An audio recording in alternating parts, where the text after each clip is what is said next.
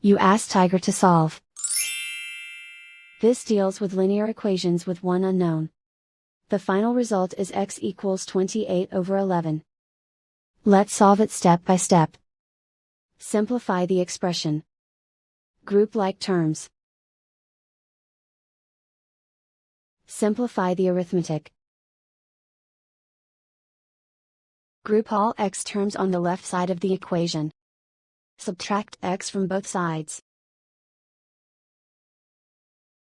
Group like terms. Simplify the arithmetic.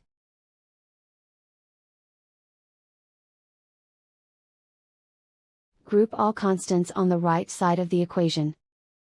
Subtract 28 from both sides. Simplify the arithmetic.